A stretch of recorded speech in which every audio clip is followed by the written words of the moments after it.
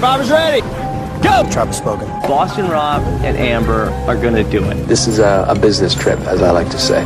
You, Brad Culpepper. I'm tired of you and the fucking chicken. You can call me the puppet master. They can be my little puppets. It's not like you're making a deal with the devil here. You get to milk your own milk, I guess. Who the hell voted for me?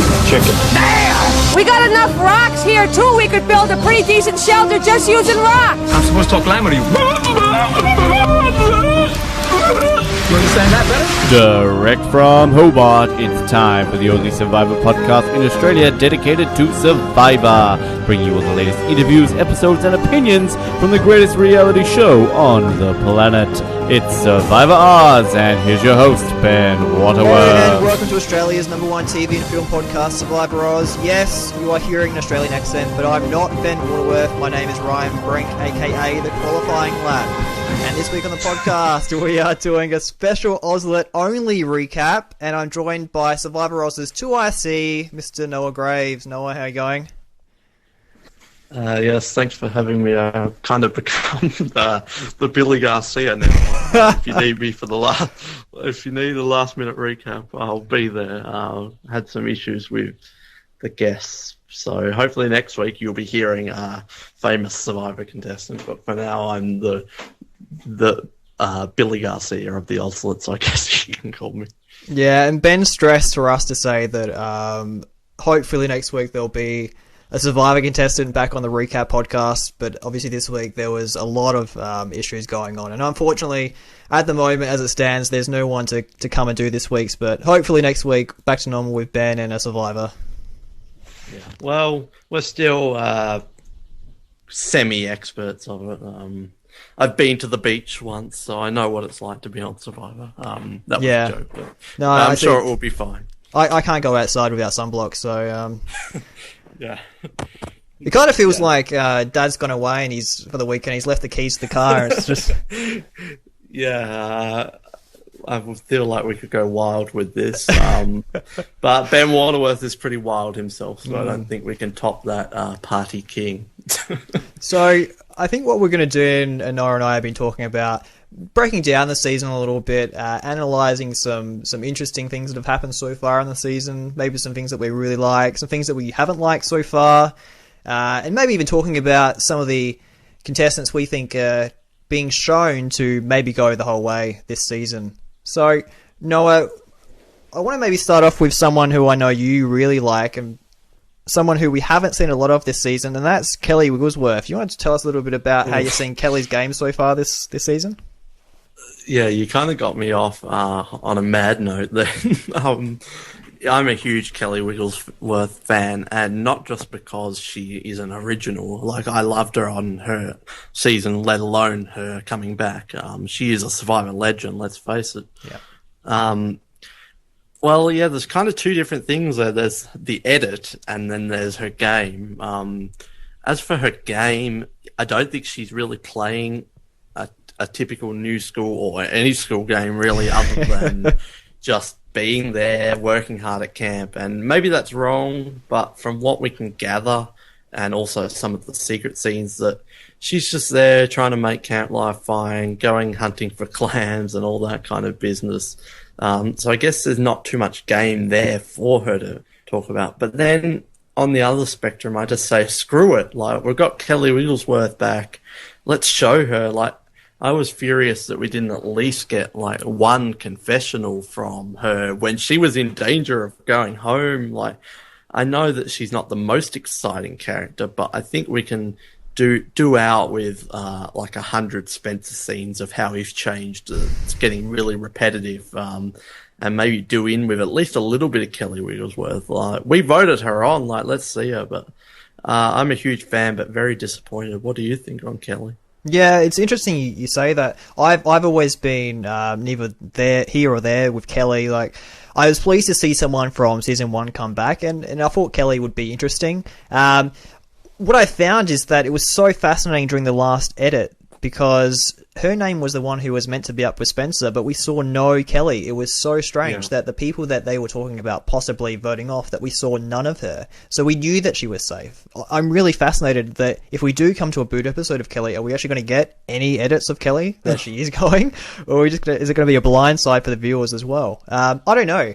I found it fascinating. I was reading EW this week, and Dalton Ross was writing an article, and he's put out a missing persons report for Kelly. Describing her. Have you seen her? Takeo Bion, physical characteristics: tall, athletic, unfortunate back tattoo, suspiciously smooth forehead. Yeah, I don't know. It's been disappointing that we haven't seen more of her. Obviously, the first and second episode, we started the show with her giving a confessional, but since then we really haven't seen a lot of her. I just don't know why. Do you have any understanding or thoughts about why we haven't seen enough of her yet, Noah? Well, it's unfortunate she's on a tribe with Jeremy and Spencer, and it's also unfortunate she's been on a fairly winning tribe other than this week. So at least I kind of understand if it has nothing to do with the story while she's there. But at the same time, like, how much of Spencer changing do we need? Like, I get that they should show it there once or twice, but it's just becoming so repetitive now, his storyline, and maybe we'll touch on that later, but it's just, we're not getting anything new from Spencer. So I think they're major factors, but maybe now that some more contestants are slowly getting dropped off, Varna's gone and all that, that we might get to see a bit more of Kelly as the days go on. Yeah, I'm hoping so as well. It's interesting you raised Spencer, because I guess we can segue into that a little bit.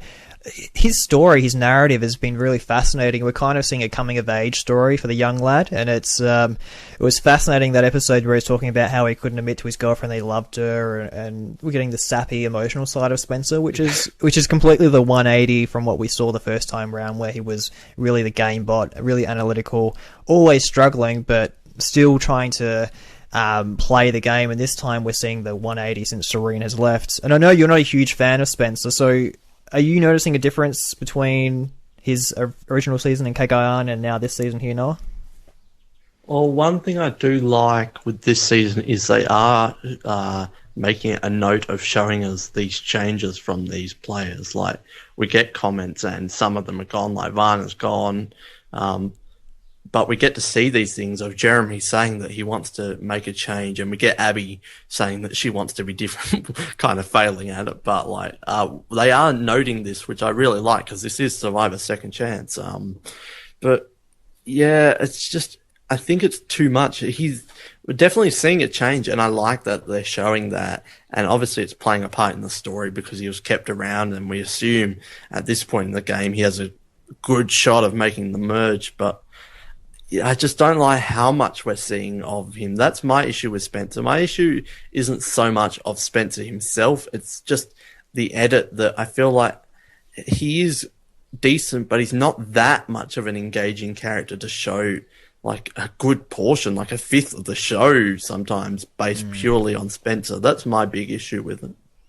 Yeah, it's fascinating, and we are starting to see some pretty big edits from a few characters in this season. Obviously, you've mentioned Spencer. The one that comes to mind straight away for a big focal point of the season has been Abby. What do you think about Abby's game? And actually, before you play that, I want to see if this works, Noah. Just play this. I just try and act like the new Abby that I want to be. The new Abby, I want to be someone different. So we really haven't seen a different Abby, though. So she's pretty much played the same game as she played originally. She's getting on people's nerves. She's getting in everyone's business. How do you think this is going to go for her?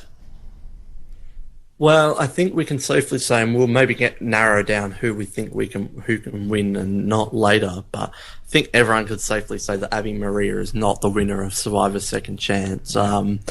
Yeah, she definitely hasn't changed. I mean, she tried with Bracelet Gate when she said, "Oh, I'm gonna stay calm," but it really didn't work out for her.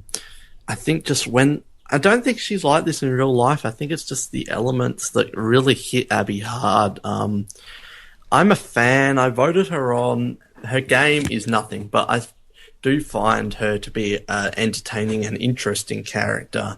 But at the same time, I think I've maybe had enough. Like, after 6 episodes, as in next week will be 6, or next episode, I think, like, if she went, I wouldn't be too upset, just because it's getting a bit repetitive, but I do still find it entertaining. And then in this episode, well, I've got someone else's knee in me with all the woo stuff. It's just pretty funny. But yeah, there's no way Abby Maria can win this game. But I think she's setting herself up, or already has set herself up, as a big character on both of her seasons.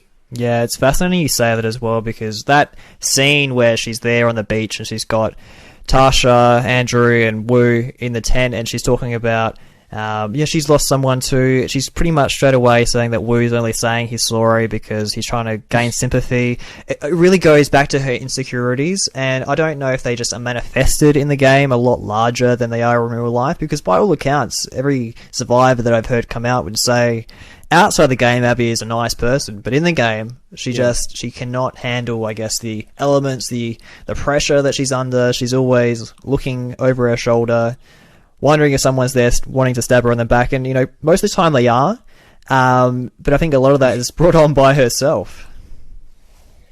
So I've got a question for you then. Sure. Looking at every single possibility, all the factors that could possibly happen in this season, is there any way at all Abby Maria can win? No, there's obviously no way she can win. Could we be seeing an edit where she's taken to the end? I think so. She's definitely one who you would want us next to at the final tribal council, but I don't think there's a person in this game remaining. Maybe Jeff Varner was the exception that kind of liked her. Everyone else just seems to have issues with Abby, that she gets in their business. She's too opinionated. She's too intrusive. I can't see any scenario where she wins the game. I feel like she is a good goat as well, not just in that you can beat her at the end, but there are some goats out there who, you could almost say Will Sims was one of these, where they kind of go off and do their own thing. So, like, he turned on the no-collars and stuff like that. I'm sure there's other examples. That's just a recent one. Yeah, she is quite a good goat, because providing you don't screw with her, and her kind of catchphrase is, if you F with me, you're dead. But providing you don't screw with her, then she's pretty loyal to you in both of her seasons. So I feel like even though she might be annoying to live with, I think she's a good one to take to the end, because she won't turn on you. No, I agree. I agree completely. Talking about someone who we also thought might be a bit chaotic this season, that was Cass. We've pretty much not seen any of the Chaos Cass. I've seen it described as catatonic Cass. I think you know her maybe on an Ozlet podcast called a Cuddly Cass. What's going on with Cass this season? Yeah, she is an interesting one. Because she's been on the winning tribe for all 5 tribal councils, we haven't got a real grasp of her. But they put that scene in last week, and a few little scenes in there that she's changing. She made Kelly Wentworth a birthday present, and you just have to. It's so hard until she goes to tribal council. I don't know if this is Cass has changed and she will play a different game, or she's going to revert back to the chaos later. Because if we're looking at Cagayan, it wasn't like she was chaos Cass every single time. Like, that early portion of the game, like, she fought with Jatia, but outside of that, was she chaos Cass in the pre-merge of Cagayan? I would argue not really. No. So then it will be interesting, once she gets to the merge, because in Cagayan, she thought that she was playing like a man and making a good move with her switch. So I don't know if she always means to be the Chaos Cass. I just think her idea of strategy comes as chaos sometimes. No, it will maybe come back. Yeah, I agree with that as well. And I guess what people maybe forget about is that the term chaos Cass, it implies that she's someone who's very erratic, that she's always out there and loud, but she's quite the opposite. She is very insular. She processes what she does. And I remember watching, I only watched Kagoan, a rewatch pretty recently, and the first two episodes when she's on the beach, I think Jatia comes up to her and says, "Who are you going to vote for?" And Cass is like, "Oh, I'm thinking about voting for you, Jatia." It's like that was her game. She's very straight up. She was very clear. And she only really made a flip at the merge in Cagayan when she was not getting on with Sarah. So it'll be fascinating to see how she feels in a tribe where she has true alliances, and if she does have true alliances. Obviously, they haven't been tested yet, and we haven't seen them. But obviously, in Cagayan, she really had no one. She lost David Sampson on the first vote, and she was the swing. So to see her game in a different light will be really interesting. I'm going to call it here, though, and a lot of people are a lot more optimistic than I am. I don't think Cass wins this season, even if she has changed. And that's just my opinion, but I feel like even if she made the end and she hadn't annoyed people, I think she still has that stigma. And you put her up against, like, she would have to be in the end with Abby Maria and all these other people. That this is just my opinion, but I'm calling it here. Cass McQuillan will not win this season. No, I tend to agree with you as well. I think having the reputation she does, she would have to play one hell of a game to take that away and to win. And obviously we're starting to get deeper into the game and emerge, and it's going to be interesting how, if she does link up with some of the players she's played with before, how that works, because she's stayed away from them so far. I'm going to try something again, Noah, and see if this works. This is Cass talking about her game. I had a bad go my first time, and maybe the karma out here is going my way, because I'm playing differently. I'm being nicer. You know, you send out good vibes, you get good vibes. Maybe that's it. Maybe that was the key to my playing, is to just channel the positive and not the negative. And, you know, I'm really trying, and it's working out. Great. Anyway, she's talking about her using positive vibes. She's gaining positivity, and she's not facing the same issues she faced last time. So do you think that by her taking a positive outlook in this game that that could have a change that's fortunate for her? Do you think that she could maybe go the same way? And I know you just said before that she would have to take someone like Abby to the end, but is there anyone else that you think she could go to the end with and win at this stage? That's a good question. I would say at this point, I feel like if she was up against Kimmy, maybe. I'm not saying Kimmy's a terrible player, but I just don't think people are going to vote for Kimmy Kappenberg as the winner of Survivor. Like Kimmy and Abby, if that was the final three, she maybe has a shot, but I feel like Kimmy probably still takes it then. Unless like someone else goes and does like a chaos cast move, then I don't really see any situation where she's in a final three and can win. There's a long way to go and things can happen, but yeah, I don't think there is anyone else, to be completely honest. No, I agree. So Noah, do you want to go over and have a look at the three tribes at the moment and just go through some of the people on them we haven't talked about yet? Maybe starting off with Takeo. So on Takeo, we've got, I'll just go through the list so you know who's on them. Joe, Wentworth, Sierra, Cass, who we've spoken about, Keith and Terry Dietz. Maybe start off with Joe's game. How are you seeing Joe's game so far? Oh, yeah. Let me just say, I'm sorry to pretty much every single listener here, but I'm not a Joe fan. And it's not entirely his fault that I'm not a Joe fan. It's just, I feel his edit is like one of the most one-dimensional things we've ever seen on Survivor. It's just all boils down to, I'm in love with Joe, and then everyone loves me. Like, I want to see some more out of him. Yeah, as for his game, it's so hard to tell because he hasn't been to Tribal Council yet. And I wonder if they had been to Tribal Council, would they have gotten rid of him early, or would have they kept him for challenge strength? But I would say he's playing a better game than Worlds Apart. I'm kind of a bit critical on his Worlds Apart game. I don't think he played an overly strong game. So I do think he's doing a better job and learning for his second chance. But it's so hard to tell until he goes to Tribal Council. But then it's interesting that can this 5-person alliance stick, or will he always be seen as the strong guy? And it might be a bit different on this season because there are a few strong people that he could maybe blend in a bit more. But it's going to be interesting when we get to the merge with Joe, I think. Yeah, it's fascinating because obviously when we started the season, Joe was in the same tribe as Savage and Jeremy, and they talked about pretty much the bro alliance where they were going to keep the alphas together, and instead of competing against one another, they wanted to stick together, which is really fascinating because when we're looking at who is still remaining in the game, we still have Joe, Terry, Jeremy, Savage. So these are some pretty fit guys that come merge time are going to be big threats to the individual immunity portion of the game. So do you think that is an advantage to someone like Joe, still having those kind of contestants around? Yeah, well, that was kind of Jeremy's strategy in the early portion of keep the strong people rather than the weak people, because then you can blend in better. I think it's going to be a huge advantage because he doesn't stand out so much as he did in Worlds Apart, because Worlds Apart, outside of Mike and Tyler, didn't really have many strong individual challenge threats, really.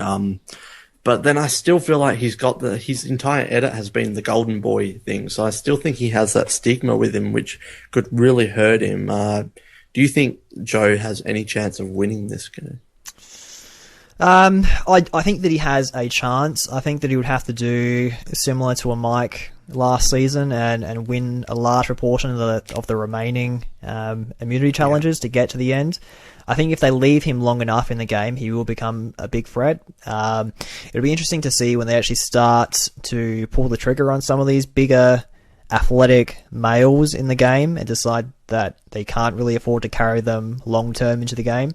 But at the moment, it appears that they're going for more of the strategic, mentally strong competitors in the game. We've seen Varna go. So yeah, it's a fascinating dynamic at the moment where we're at, and in terms of the athletic males in the game. Probably just extending from that onto KO, we've got Kelly Wentworth, and obviously she had a really fantastic debut episode, and we probably saw more of her in that first episode than we saw in the whole game, where she found the immunity idol. We haven't seen a lot of her the last 2 weeks. Do you think there's any reason why we haven't seen a lot of her the last 2 weeks, Noah?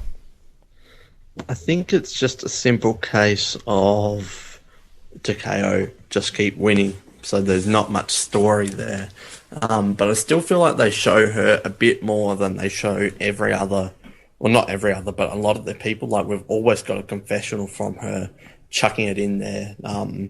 So I think she will at least make the merge because they're still showing us her a fair bit. But you're right, compared to the first episode, she hasn't really been shown a whole lot, but because she's been on such a winning tribe. But I kind of have a theory on Kelly that people are so amazed with her this season, and like she's like the groundbreaking contestant that everyone's in love with.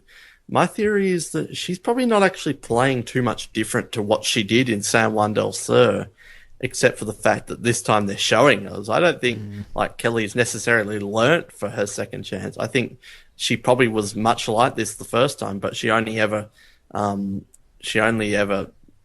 to go to 2 tribal councils, and she's only gotten to 2 this time, so we don't know how it will end for Kelly, but I feel like she's probably quite similar. It's just now we get to actually see her. So you could probably put a bunch of different early boot contestants back on Survivor and would see a completely different side to them. Yeah, it's fascinating you say that because clearly one of the reasons that she was voted out of her first season of San Juan del Sur was because she was a bit of a super fan. They knew that she had seen every season, or allegedly seen every season, and she spoke about the game really highly, and she was pretty much targeted for that reason. So I agree with you for that, and I agree with you about Takeo that we're not really seeing a lot of these characters because we haven't had to see the strategic part of their game yet, because we haven't had them go to Tribal Council. So it's fascinating. I think that she's in a good position going forward. Obviously, she has the immunity idol still. We just don't know how she's formed alliances with this new tribe. Obviously, she moved this tribe from Takeo with Terry Dietz, but I haven't seen a great relationship between her and Terry. And in the last episode, we saw Kelly on the beach talking about how she's been pushing Terry under the bus, and she's got a 5-person alliance now with the other remaining contestants. Where do you think that leaves Terry in that Takeo tribe? Well, yeah, if they go to tribal council, he is like completely gone. I guess it all depends on this like medivacs kind of thing that they're teasing, like who goes there, like maybe that would break up the 5-person alliance or something. But assuming, just not even thinking about that, because we don't know, he would be gone based on the edit we're seeing. But yeah, just on like Kelly, like I feel like she's in the 5-person alliance, but I don't think I put her up as high as a lot of people. Like, she's playing well, but I don't think she's in the mix. Like, she's not the leader of this alliance, and she's not the decision maker of this alliance. She's just going with whatever she can. So it's good that she worked her way in, and she would probably go over Terry. But at the same time, if they're worried about idols, they may try and do a split vote or something like that. I'm not sure if Takeo will even go to tribal before the merge, but if they do, I think Terry's in trouble. But I don't think Kelly should be viewed as the ultimate safe person at this point. So you're talking about that Takeo alliance and Kelly not being at the head of it. Who do you think is at the head of the Takeo alliance? Do you think there is a head? Yeah, that's kind of interesting because we haven't seen much of it at all, and I can't picture any of those 4 other people being the heads of an alliance. Not that there always has to be a head, but yeah, I would say maybe Sierra might be an instigator and someone who has a lot of sway, but it's probably more of a joint type thing than anything, really. Not Keith, even though I love Keith, but it's not Keith. Yeah, it's fascinating, and we're talking a little bit about Sierra, and she's pretty much had a pretty invisible edit so far compared to her first season in Blood vs. Water 1. What do you think that says about her game? Do you think that she's someone who might emerge after the merge and be a big player in the game, or is she someone who we're just getting an invisible edit, similar to Monica in the last week, and she might just vote off pretty soon? Well, that's kind of another case of this. She's never been to tribal council yet. I'm kind of disappointed though. Like, she's not my favourite player, but I do like Sierra, and I'd like to see a lot more from her because I do think she's one of these people who could learn from her second chance. I do think eventually, as we whittle down the players and she actually has to go to tribal council, we will see more of Sierra. But if this continues on, she's slowly going off my radar as someone who could be a potential winner, purely edit-wise. But I think you can't fully judge until we go to tribal council for the first time. Yeah, I'd agree with that as well. And I know pre-game I had Sierra pretty high in my rankings of where I thought she would finish. Obviously, she had a really interesting first game. I know the voting at her mum stuff comes up a lot. I don't actually think that was the highlight of her game. I think she was pretty savvy throughout. And yeah, I'm interested to see how and where her game leads. Probably the only person we really haven't spoken about on the Takeo tribe is Keith. We saw this week that he was great again with balls. Yes. As long as the carnival games are there, he's going to have a spot. So how are you seeing Keith's game so far? Well, I will say Keith's my favourite player of this season, and I'm devastated we're not seeing more of him. But they always try and put one funny bit in every episode, which is, I'll take what I can get, but I'd love to see more of Keith and break up all this strategy talk every now and then. But Keith, he was never going to win this season, I don't think, and I still don't see him. Again, he hasn't been to tribal council, so maybe we'll see more of him then. But he's in the alliance, and if this alliance sticks through to the merge, then he could go very deep and maybe make it to the end. But I don't think these all-star players would vote for Keith compared to like the newbies of Blood vs. Water 2 or San Juan del Sur. But I think he's set up either way, even if this alliance doesn't stick. I just don't think he's a big threat. That he's set up to do well being relative of, like, I don't know, top 8, top whatever, 9, I don't know. But I don't think he's in danger anytime soon, and not in the early portion of the merge. Even if his alliance does fall out onto the minority, I still feel like he would be one of the last people picked off his alliance if it was an alliance begonging. So I don't think we're going to see too much of him just because he's not a huge factor in this season, but I also don't think Keith's going around away anytime soon, as in like the next 3 or so episodes. But in Survivor, anything can happen, so I don't know. Yeah, I agree. I was a big fan of Keith in his last season. I've got the Keith Nail shirt as well, so I'm a big fan of him. I am disappointed that we haven't seen a lot of him, but I think you're right talking about breaking up the strategy talk in the season. That was always the problem that might have came out of this season with so many people who are big into strategy, is that we don't have any levity in an episode. But nothing beats Keith having a confessional, spitting behind himself, and being a good old Southern boy and talking about it. So I'm hoping we do see a bit more Keith as we start to get the numbers down. I know that a lot of the edit so far has been focused on the tribes that have gone to tribal council. So surely now, if we're going back to 2 or emerge very soon, that we'll start to see Keith and we'll start to see some of those great antics that we can remember from his last season. Looking at the Bion tribe as it stands, obviously when they merged, or they didn't merge, they moved into 3 tribes. We had Jeremy, Kimmy Kappenberg, Monica, Stephen, Spencer, and Kelly Wigglesworth join that tribe, and obviously Monica left in the last episode, and she was pretty much having an invisible edit up until that point. Is there anything that we can comment about Monica's game? I wasn't one who was voting for her to come back. I didn't like her in Samoa. She had about 7 minutes of good airtime on Samoa. That was in her boot episode, and I think people forget her boot episode was a 2 boot episode as well, so it was really condensed, but people just remember her having a go at Russell and causing a bit of mischief, and that got her back on, which is nice. But I think what happened is that we saw that she isn't much of a Survivor player. What do you think about her mistake in the game, Noah? And what was that mistake? Well, yeah, I mean this in the nicest way possible, but she kind of was a wasted spot on this season. Well, where's T-Bird? Like, T-Bird would have been fantastic. Yeah, T-Bird. Like, T-Bird could have been here, even Carolyn, even... I know not everyone agrees with this, but I'm up there. Even Stephanie Valencia, from her first season, we knew she was a character. Like, going into it, like, we knew that she would be a character. Monica was kind of a gamble. We didn't know because we only saw a little bit. And I did not vote for Monica. And you're absolutely right. People kind of revisionist history almost that Monica was this big player or something.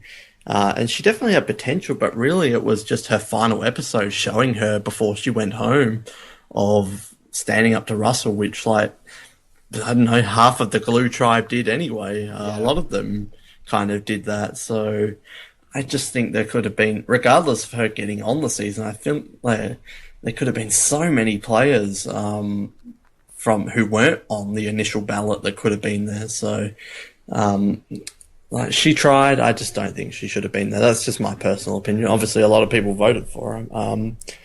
As for her in this game, yeah, we didn't see any of her. She was my winner pick. There goes that for another season, another doomed winner pick. I think she kind of got the Kelly Wentworth edit. Like, she was a non-factor in the storyline of this season. She went out early, so they're not going to show much of her, and I'm not upset about it.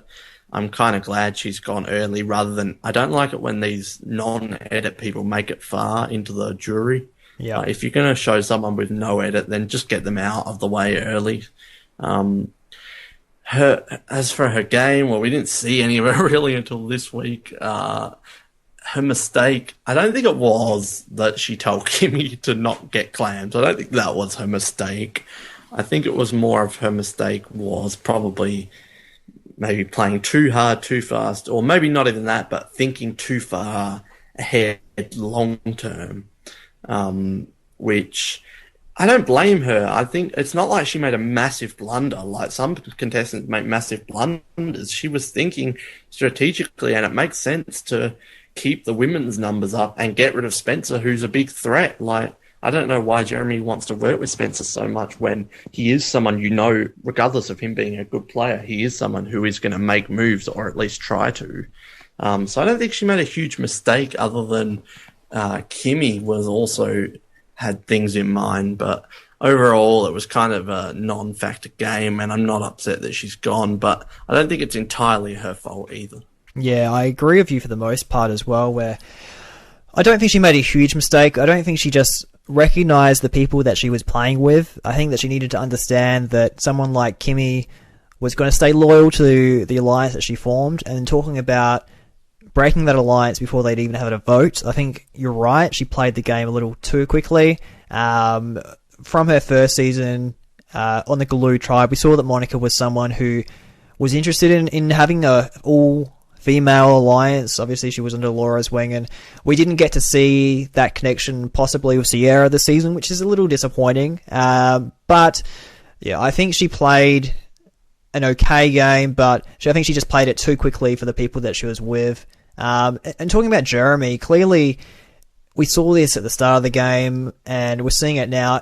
He's almost using these, I guess, bigger personalities, bigger threats as kind of a shield to protect himself in the game. It's an interesting strategy that he's going with, where he's using someone like Spencer. I feel as if Jeremy thinks that if he can get lower in the numbers, he still have time to get rid of someone like Spencer, but it's a vote for Spencer instead of him at a stage further along in the game. So it's fascinating. What do you think about that, Noah?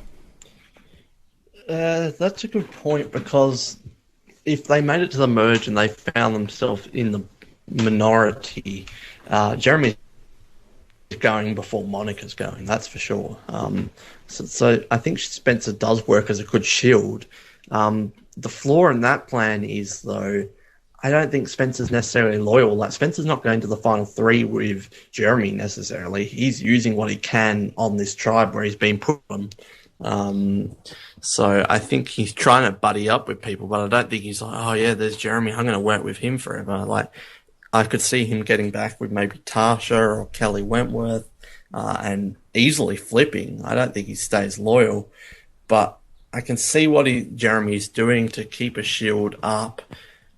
But at the same time, I have to think that maybe it would have been better to get rid of one to KO or X to KO, and then maybe get rid of Monica if they went again. Like, I am a huge Kelly Wigglesworth fan, but maybe get rid of Kelly Wigglesworth, and then if Bion had to go, get rid of Monica, because then at least you've got the Spencer shield and you've got an extra number in Monica, because Kelly Wigglesworth could easily flip to someone. Not that she really has any. They keep saying she has lots of people. Kelly Wigglesworth doesn't really have anyone now that Varna is gone, but they keep saying that she's friends with everyone. I don't think many people are jumping back at Kelly Wigglesworth, but that's another story. But I see both sides of the thing, but I think maybe Jeremy's best move would be to get rid of Wigglesworth first and then Monica if they had to. Yeah, no, I agree. Obviously, Jeremy's the other person in this season who has an immunity idol, and we saw that despite finding the immunity idol, he didn't tell the other people, I guess, in his core alliance, and we saw him setting Steven on a bit of a goose hunt, looking up and around for the immunity idol. How do you think that he should play that? Do you think he's playing it correctly by maintaining that idol just for himself and not letting anyone else know? Yeah, well, I've always maintained forever on Survivor, and it's only been a recent thing, is I've always maintained that no matter how big your alliance, how close your alliance is to keep the idol to yourself. And then if you have to use it on an alliance member, say, oh, hey, I just found the idol an hour ago. It blows my mind that all this time people have always just said, hey, I've got an idol, like, so quickly. Even people who aren't aligned with them. Like, I just rewatched Philippines not that long ago, and Pete tells Malcolm, like, within an hour of being Malcolm joining Tandang, I've got an idol. Like, but then recently with people like Tony and stuff like that, we've seen people who aren't so quick to tell them that they've got idols, and I think it works out better for them, because then you've got it to yourself, and it's easier for people to flush out the idol if people know that there's an idol out there. So I think on Wentworth and Jeremy's behalf, I think they're definitely playing the smarter move. I don't think there's too much advantage at all in telling someone you've got the idol if you don't need to. Yeah, no, I agree with you as well, and I think that He's doing the right thing by keeping it to himself, and I agree. Once you tell someone that you have an idol, it doesn't matter how much you trust them. There's always that element of doubt, and it can get out. And once it's out to one person, it can be out to everyone. Yeah. So by keeping it in-house with yourself, not letting anyone know, I think it's the safest way. And I agree. I think that maintain it for yourself, and I think play it when you need it. Hopefully he's formed a strong enough alliance with Steven. He's spoken to Steven about being his new JT. Well, not to Steven, but to a confessional about being Steven's new JT, and hopefully that if he's up for the vote, that Steven will come and tell him. And how do you think that's working out? Do you think Steven's playing the same game he played in Tocantins? Well, I'll just quickly say that hopefully we get an ankle idol too next week. Imagine if Abby Maria got an idol again. But anyway, although Tasha or Savage could be, game-wise, could be a good people to have an idol to make it a bit interesting. But as for Steven, I know some people are high on Steven. I don't know if it could be the know-it-all thing and they're fans of that show or something, the know-it-alls. But I can't say I'm too high on Steven's game. But he's doing what he can, and I do feel like he's a bit similar to his Tocantins game, which is not a good thing, because his Tocantins game was being a losing finalist with no votes. But at the same time, what else can he do? He's close with Jeremy when he was on the outs of his tribe. He's in the majority. He's probably getting a free path to the merge right now where he can maybe do some more damage. And people are kind of underestimating him, and throwing balls at other people, shooting balls at other people's targets is helping people underestimate him. They're not going to see him as a threat. So I'm not high on this kind of thing that I'm seeing a lot online that, Steven's getting the underdog winners edit or something. But I do feel like, credit to him where credit's due, he is doing what he can with his situation, and it would be interesting to see what happens to him at the merge. Would he stay loyal to Jeremy or not? Yeah, I do agree with pretty much everything you just said there, and I don't think he's getting the underdog edit. I think if anyone's getting an underdog edit, that's probably Spencer. But Steven, I think he's for the first few episodes, he's getting the Dodo edit. I thought he was going to be the one who was going to be out straight away, but I think that at the moment, he's playing to his strengths. He's aligned himself with a strong alpha male, someone who he believes will take him, far into the game. I think for the thing with Steven is that he needs to acknowledge what he did wrong the last time. I think he played a pretty good game, solid game with his core alliance, got to the end, but he didn't know when to get rid of JT, and he lost that chance at the end. So I think in this game, if he's going to win it, we don't want to see history repeat itself. He's going to have to acknowledge that there's going to be a time when you're going to have to cut Jeremy, and he's going to have to go at it with himself or with some probably weaker players, and that's going to be the interesting thing for Steven's edit. Does he acknowledge that time, or is it too late and he gets blindsided himself? So, it's going to be fascinating for someone like him in the game. Probably the other person in that alliance, that core alliance, is Kimmy Kappenberg, and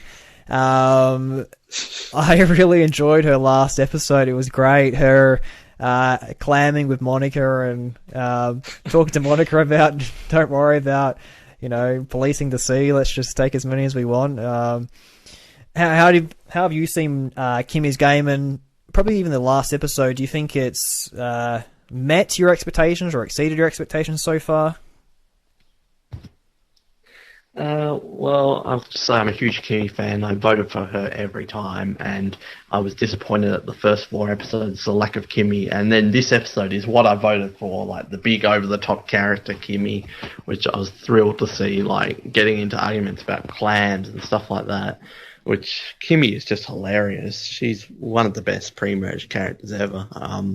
And hopefully now a post-merge too. We're getting near, so hopefully it's looking like it. But yeah, probably exceeded my expectations, because I never thought we'd see any strategy out of Kimmy Kappenberg of all people. But as for her move, and we can maybe discuss this, but I'm kind of divided on whether or not it was a good move or not. I love that we got some strategy out of her.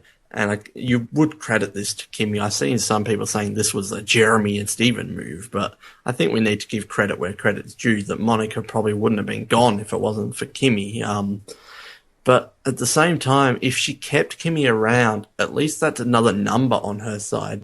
Her two loyal allies now are Jeremy and Steven. When if she kept Kimmy and got rid of Wigglesworth, she's got Jeremy, Steven, and Monica. Like, what if there's a tribe swap and she ends up on her own without Jeremy and Steven, but then she may have had Monica on her side, and then they could have done some work there. Now, if there's a tribe swap and she ended up on her own, she wouldn't have Jeremy and Steven. So I feel like she got rid of one of her numbers, but at the same time, Monica proved that she would easily flip early on and that she's probably not the most trustworthy person. But at the same time, it's not like Monica was against Kimmy. Monica was trying to help Kimmy out in the game as well. But so I'm divided. I can definitely see both sides of it, and I don't think it was an awful move of of Kimmy to try and get rid of Monica. But I also don't think it's black and white. But definitely exceeded my expectations for it's fucking Kimmy Kappenberg doing strategy. But I love it though. I hope we see more of her because we've had a serious lack of Kimmy in the first 4 episodes, and I love seeing her in this episode. Yeah, no, I agree. I believe that she exceeded expectations in this episode, and yeah, I hadn't really thought about it like you just put it, and I guess Monica was a number for her going further into the game. I always saw the move as a move that Kimmy had made, not a move that Jeremy and Steven had made, so that's interesting that people are... Obviously, a lot of the time people put these moves on the bigger players. And I actually think this was a Kimmy move. She's the one who's gone back to the boys and she said, this is what's happening. This is what we should do. I don't trust her.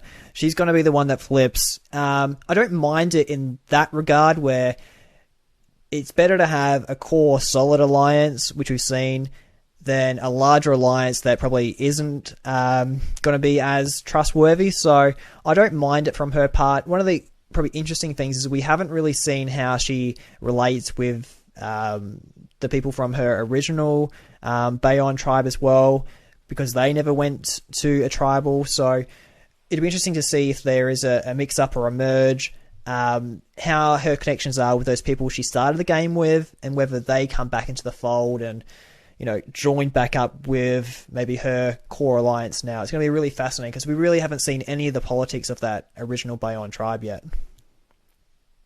Yeah, and I feel like once they all get back together, that it's not just going to be Kumbaya Bayon 9 or Bayon 8 strong or whatever.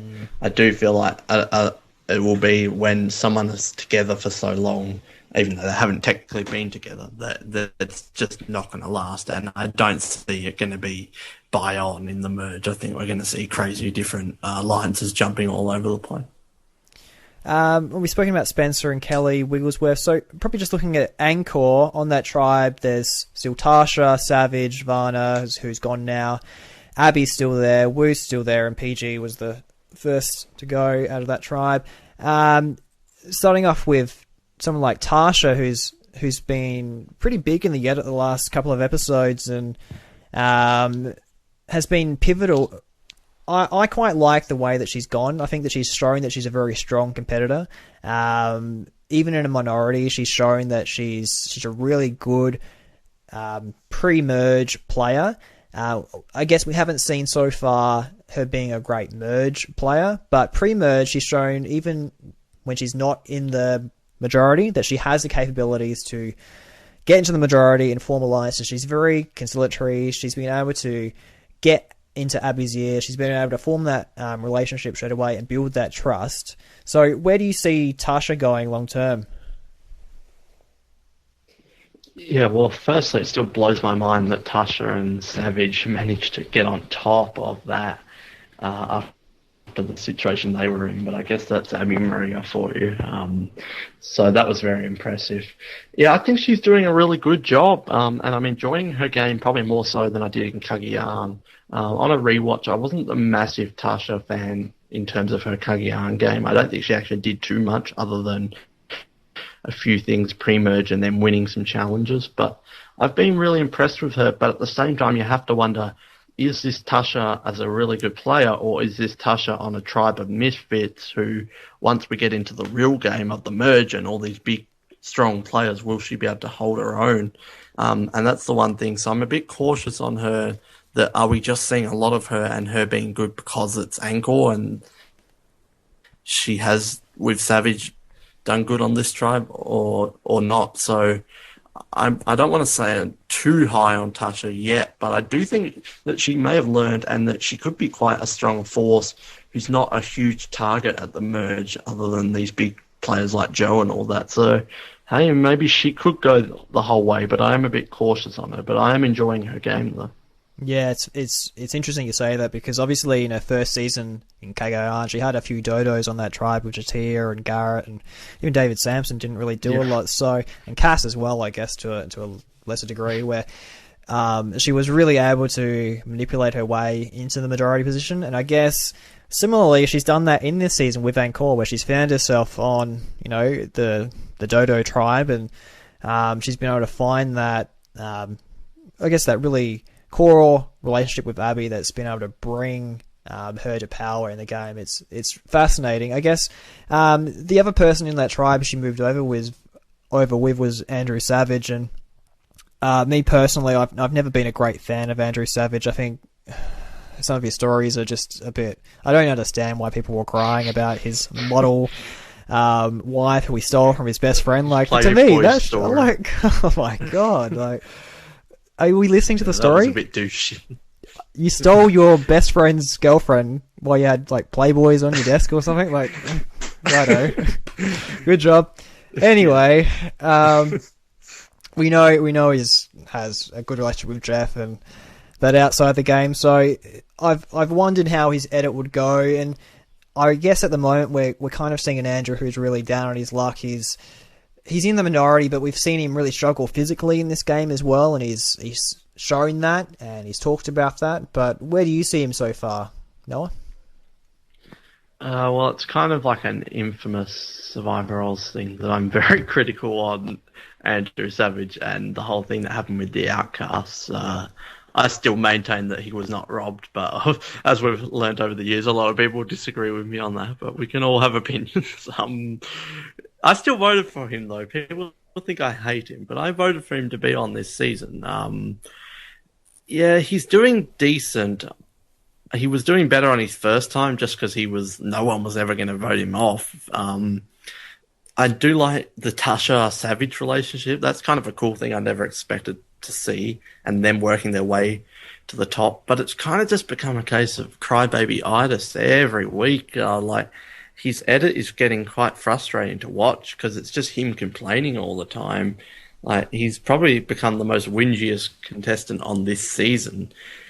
In saying that, I hope he makes the jury, and I say that too for Kimmy and for Kelly Wentworth. I was devastated didn't make it, obviously, because he's a big character, but I want everyone who didn't make the jury to make the jury this time, because it's just such a bummer to come out twice and do a Russell Swan and never make the jury. So, or even a Francesca. So I do hope Savage at least makes the jury this time round, and I think he's in a good position to do so at this point because we're nearing the merge.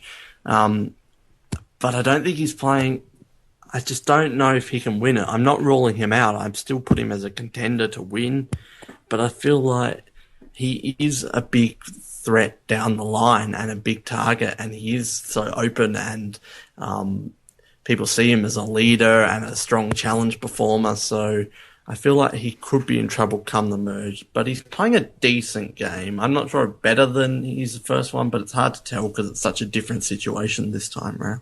Yeah, it's fascinating because before you were talking about how you're watching Philippines, and now you're talking about the relationship between Savage and Tasha. And can you draw any parallels between their relationship and possibly Denise and Malcolm in the Philippines, and how, I guess, Matt Singh were reduced to two? Do you think that could be a possibility at Angkor?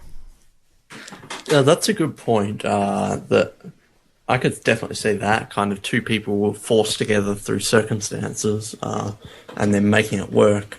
That could definitely happen. Like, what are we at now? We're at 15 people, right? Yeah, 15. And then we're assuming that there's probably going to be a Medivac or something next week, and then a vote out, which will take us to 13. And then I could be wrong. I'm assuming they merge at 12. It might be earlier, later. I don't know. But assuming it's 12, then there's only one more vote out. So potentially Wu and Abby could both go on. I don't see it happening, I think. But even, yeah, I don't know. But I do feel like at least one more Angkor could be in trouble then. It all depends on how it plays out. But I do think that Tasha and Savage will, if assumingly Angkor go 2 more times, I don't see any situation where Savage or Tasha is voted out, which essentially places them at the merge, I guess. Yeah, so I guess we've talked about Abby as well, and the other person who's a possibility is Wu. Who do you believe that Tasha and Andrew will go with? Do you think they'll stick with Abby, or do you think they'll go with Wu? And Wu, I guess, is someone who Tasha has a pre-existing relationship with. She is the only one who voted for him, I believe, in Cagayan to win the game. Look, and he's someone that I guess you could go to 5 minutes before Tribal Council and say, look, we're voting Abby out. That's your vote. And he'll go and do that. Where with Abby, I feel like there's a lot more politics around her. There's a lot more babysitting. What do you think is the best result for Tasha and Andrew? Do they keep Abby or do they go with Wu? I think the best situation would be to go with Wu, because Abby is such a volatile player. I'm not sure if they will ever have to make that decision, but if they do, I can definitely see Wu being voted out. But just the edit where we saw this week, Tasha kind of talking about Wu, how he's easy and he's nice, so that could be foreshadowing.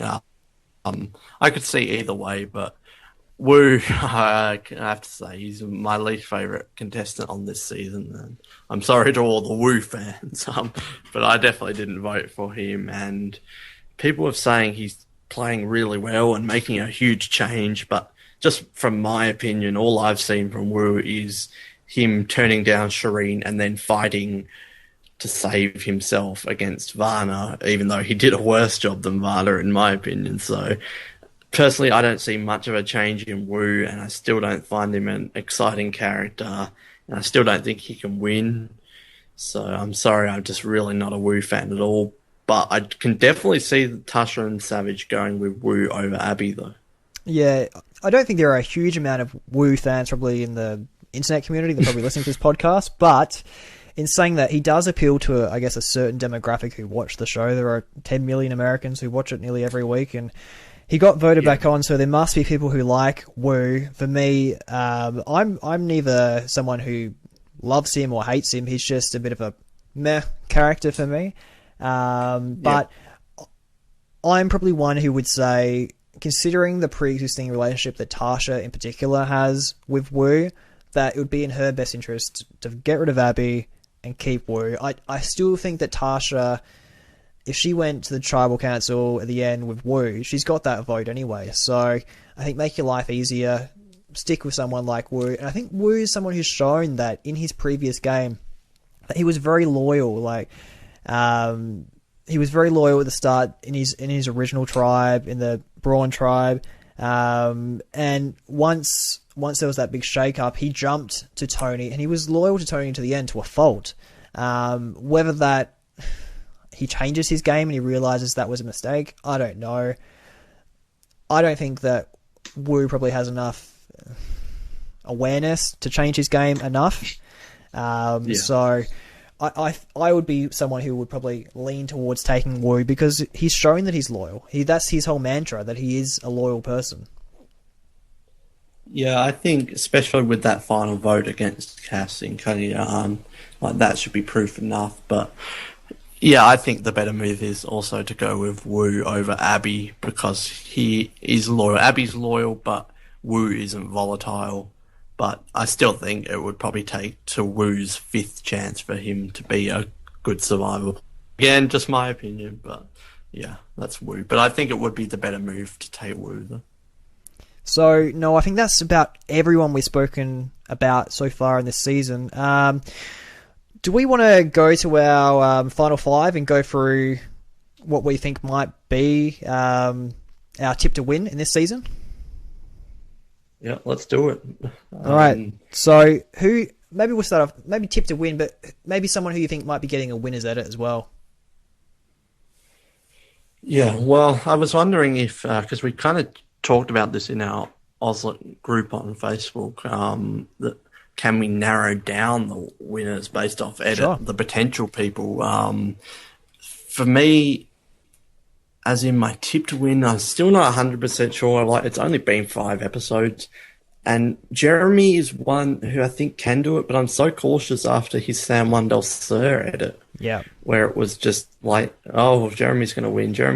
I think he's more of just a big character and someone who talks strategy and gives good sound clips more so than a winner. But I'm not ruling him out. Like, to me, it narrows down to either Jeremy, Spencer, maybe Tasha, maybe Savage, maybe Wentworth. I would put Sierra as a cautious, maybe could win. I would put Joe as a maybe, but not quite. Personally, Stephen isn't on my sites, but he is on some people. And then there's people like Kimmy and Abby and Wu and Wigglesworth, who I think are totally out of it.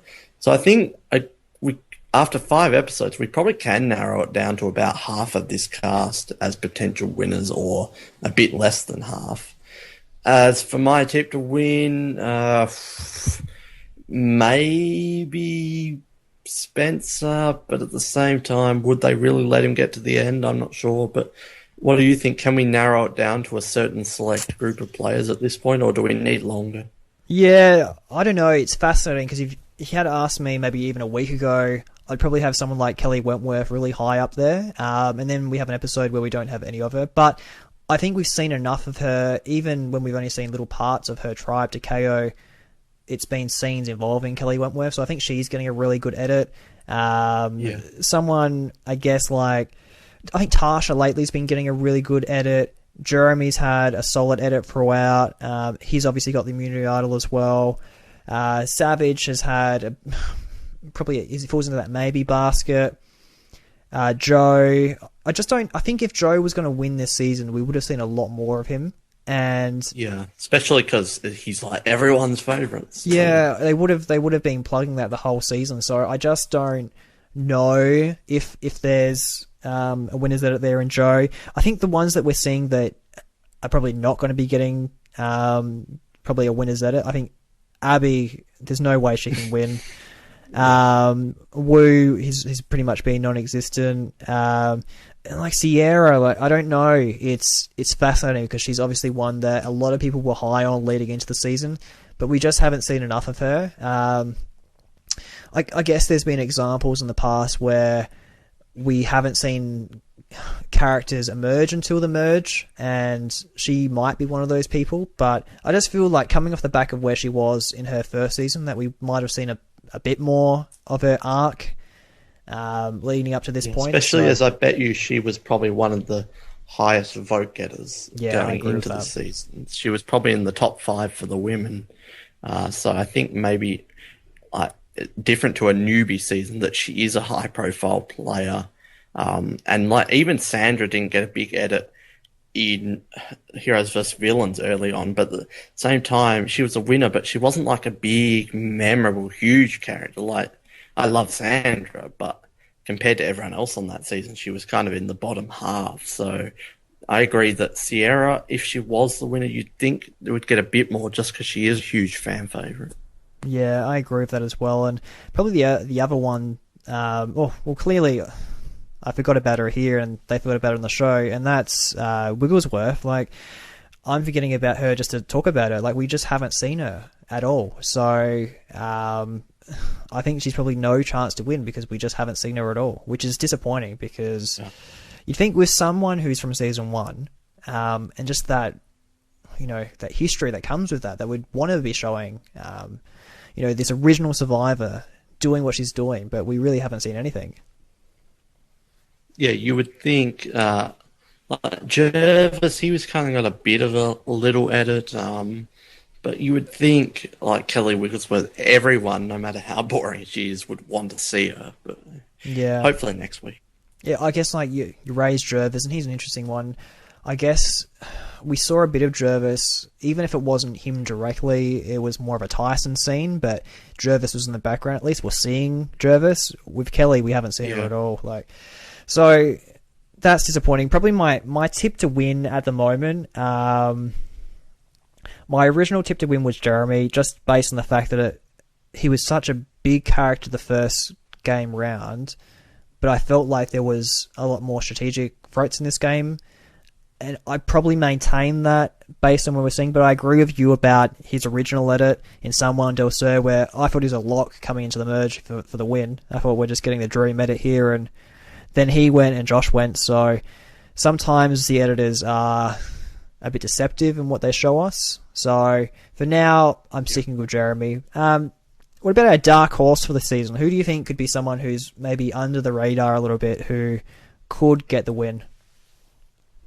Yeah, this is where I would maybe say Sierra. Like, we did just talk about it, how she's a fan favourite. You'd think they would show her. But I think we've got to at least let her go to one tribal council before we judge how Sierra is as a player or her chances. Because we really, her, Joe and Keith, I think they're the only three who haven't gone to tribal council now. And I don't think it's a coincidence that her, Joe and Keith are some of the least edited people in this season. Just because we haven't got to see them do, well, maybe not Joe, but we haven't got to see them do anything. So I would put her as a cautious dark horse. If we get to see her go to tribal council and she still gets like no edit, then yeah, maybe chuck her off the radar. But for now, I'm going to say Sierra, and I just hope this next episode we get to see more from her and some of these other lesser players. Yeah, I think Cass is the other one who hasn't been to tribal council yet, but I agree with Sierra. Oh, yeah. I know I've had a bit of a running joke that my dark horse is Keith, but I think that's more just wishful thinking than anything else. I think Sierra is the one who we know has the strategy. We know that she's smart enough to maneuver herself in the game, but yeah, I think her edit so far has been very undersold. Clearly, probably because her tribe hasn't been to tribal council yet. So, not that I'm wishing her to go to tribal council, but hopefully that'll just be part of the course as it is eventually, and we'll start to see more of her emerge in the game. Saying that, who do you think might be our next to go? That's a tough one. Maybe one for each tribe, because I can't guess. Sure. Well, we don't know if this is like a medivac or something. Maybe let's just exclude the medivac and just assume they're all going to be there. Ignoring that, because who knows? I guess we assume it's Takeo because we saw Cash talking about it. Yeah. But who knows, really? This is Survivor previews. They're not the most reliable things. So excluding that, from Angkor, I'm maybe going to say Abby over Wu just because of that scene we got with Tasha saying, oh, Wu's trustworthy. For Bion, I think if they go again, Wigglesworth is totally screwed, which upsets me a lot, but I think she would be gone next week if Bion go. And for Takeo, I guess it would be Terry who's on the bottom probably. Yeah, I actually agree with all three of those. I think the most fascinating one for me is Bion, and I wonder whether they just keep Kelly. I think Kelly's someone who, like you said previously, she doesn't really have a lot of people left in this game that she has alliances with, and I think she's someone who would be willing to be loyal. Like she plays, like you said, not an old school or a new school. She just plays the Kelly Wigglesworth school. It's completely different. Yeah. So I would be more inclined to maybe try and keep Kelly, and I think Spencer's too much of a threat, and if you can get rid of him, you've got a chance. I think you've got to take it. Spencer Blindside would be really great television.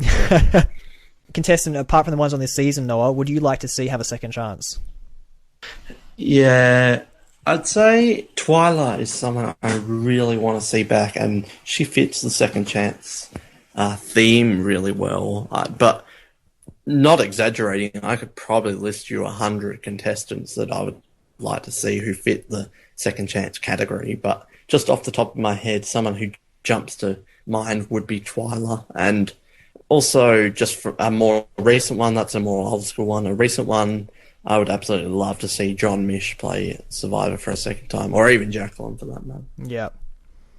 For me, I'm a big fan of Palau, so I'd love to see Ian get a second chance. Yeah. I wondered whether he was going to be in contention for this season. There was a few talks that he might have been, but we didn't get to see him, so that was a bit sad. I don't know, from a newer season, I think most of the new ones have been covered off. Obviously, if we're talking about a winner who I'd love to see, not a second chance, but I'd love to see Tony play again. He just played such a fantastic game. He's got to play. Like, I know they're probably going to save him for some kind of legend season, but he played such a great game. Even a short burst of Tony for a few episodes, kind of like we saw with Jeff Varner with his 4-episode arc, would be fantastic. Final question: which player on this season is most similar to you and how you would play, Noah? Really none of them, but if I had to say someone, I'm just trying to think. Potentially Kelly, because I might just want to not step on anyone's toes and not annoy anyone, so I'd just work around camp. But maybe also like a Kimmy or someone. Like, I'm trying to think of someone who's not good, because I would be horrible, but I wouldn't be Abby Maria level. Like, maybe a Keith or someone who's in an alliance, but isn't really too big of a factor or anything like that. I don't know. Yeah, for me, I don't know. Not that I like Monica Padilla, but I probably would play a bit like Monica. I'd probably try and overplay my hand and get booted out pretty early. Yeah, I'd probably be trying to think long term and be booted pretty early. And oh well, that's the way the game goes, I guess. But yeah, I think probably Monica, which is sad to say because I'm not a big fan of Monica, but yeah, probably who I'm seeing myself most like. I think that pretty much wraps up everything we talked about. Noah, is there anything else you want to talk about on the podcast? No, I think that's pretty good. Obviously, there was the challenges. They weren't that exciting. There was shoot the targets and roll the balls, but I don't have too much to add on that. But yeah, I think we covered most of the episode. And I think if people want to listen to more of a recap episode, go back and listen to the Oztopsy episode that was done the night of the episode, and I know that they're always really good, and there was some good stuff that came out of it. I've listened to that already. But apart from that, thank you for everyone who's listening. You can find Survivor Oz on Facebook, on Twitter, at Survivor Oz. Ben will hopefully be back next week with a Survivor to recap the episode. Noah, where can they find you on Twitter? That's a good question. I believe it's at Ozlet _ I didn't actually make my Twitter. Jared Elliott x Ozlet made my. Here it is, at Ozlet _ Noah. Yeah, please follow me. If you send me a tweet, I normally reply because I love talking about Survivor. So go for it, at Ozlet _ Noah. Okay, and you can find me at YesRyanB as well on Twitter. And thanks for that. Remember, like us on Facebook. There's so many likes. Talk about the comments. Read the articles on the website at survivoroz.com. Noah, thank you for your company today. And yes. And I'm not going to end it like Ben on the trains, but I guess so. See you later, Noah. Thanks for having me, and I'm sorry that there was no contestant, but I thought we had a pretty good discussion regardless. All right. Thanks, Noah. See you guys.